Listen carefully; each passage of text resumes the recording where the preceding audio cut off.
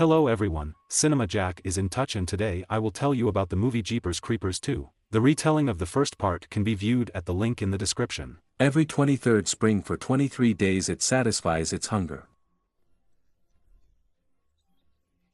Day 22.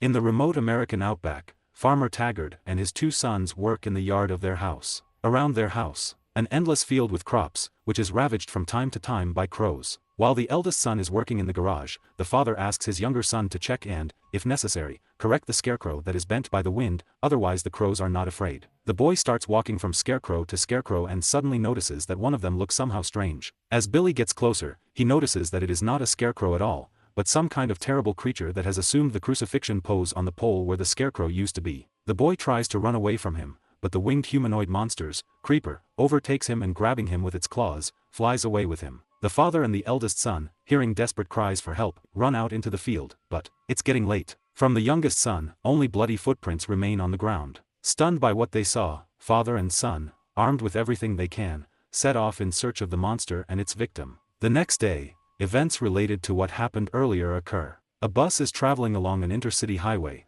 on which there are almost no other cars. On the bus is the school basketball team returning from the final match. Guys and girls are having fun, gossiping, figuring things out, just chatting. But suddenly the bus stops abruptly. It turns out that one wheel has a burst tire. Adults are a teacher, a female driver and a coach. They examine the tire and suddenly discover that it is pierced by a very strange and unusual object, in something like a pointed star made of bones and metal. A basketball team, a support group and 3 adults are left alone in the middle of a deserted road, heat and increasing nervous tension. What's going on? Who threw a strange object on the bus? When will help arrive? People's nerves are slowly starting to give up, which, in addition to these circumstances, is the fault of all sorts of personal problems and just idleness. One of the best players of the team, Scott, is concerned that he did not manage to show himself in the game in full glory, but had to play in the background. Easy suffers from the ridicule of others who claim his alleged homosexuality, and the girl Minx has nightmares in which the victim of the previous creeper murder tries to warn her about the impending danger. Soon the creeper himself appears. It was he who threw the pointed object into the bus tire. At this moment, Minx wakes up and everyone hears a bang and a screech, the bus skids. As it turns out, it's night outside. The elder goes out to check another sharp object in the wheel. They light the signal lights and inspect the area. Suddenly, the coach suddenly blows up, a creeper appeared. Then he kills both the driver and the teacher. Young people in a panic run into the bus, close the front door and windows. But then a creeper attacks the bus, staggers it, then soars skyward and plummets onto the roof. A hole forms in the roof, windows fly out. Creeper kills teenagers cut off from the world one by one. Having punched a hole in the roof of the bus, the winged humanoid monsters pulls out and deals with their victims one by one. Then it flies away, leaving the guys alone. It seems to them that the monster has flown away, and some guys decide to escape from the bus, but as soon as they move away from it, the monster reappears in the sky. The guys run to the bus in horror, but the doors are closed. They scatter across the field, several guys die, Scott is trapped, the guys try to save him, but the demon takes him away and kills him. Creeper returns to the bus and tries to get those who are still in it, but Taggarts come to their aid.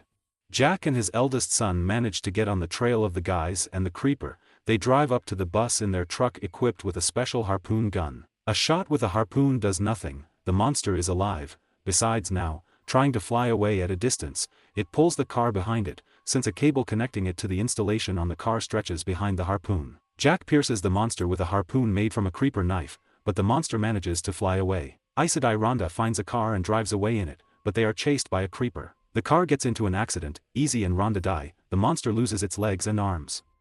Creeper tries to kill Dee, but Taggart puts a harpoon into him right in the head, and then pierces the body several more times with a rod. But the monster doesn't die. The surviving 6 guys look at the mysterious creature. The creeper is not dead, the last of the 23rd days of life has come to an end, and the monster has again fallen into hibernation. 23 years later, a group of young people come to see an attraction called the Infernal Bat. It turns out to be a creeper nailed to the wall of the barn, which is guarded by an aged farmer Taggart, the father of the murdered boy, with a harpoon in his hands. To the question of schoolchildren, "What are you waiting for?" he answers, "I'll find out in 2 or 3 days."